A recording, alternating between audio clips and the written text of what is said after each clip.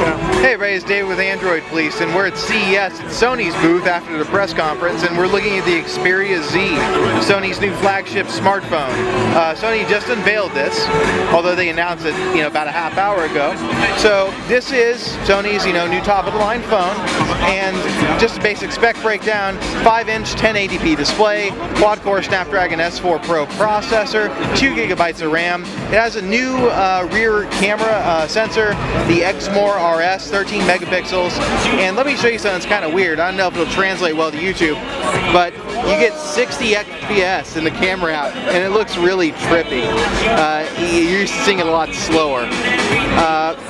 Other than that, it runs Android 4.1.2. It does have a micro SD slot right there.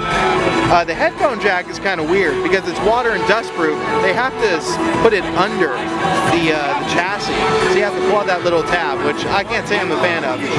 The power button I think is really cool looking right there. It's kind of machined aluminum look.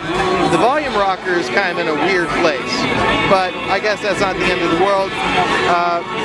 The charging port, if I can find it, oh yeah, it's right here obviously, also has to be pulled off because of water and dust proofing. So the waterproofing, it's waterproof to 1 meter continuously, which is pretty impressive actually, and that's partly because the whole phone is coated in a plastic sort of kind of a carbonate coating, and it soaks up fingerprints real easy. Even as I'm standing here using it, I just wiped it off and it's already pretty dirty again.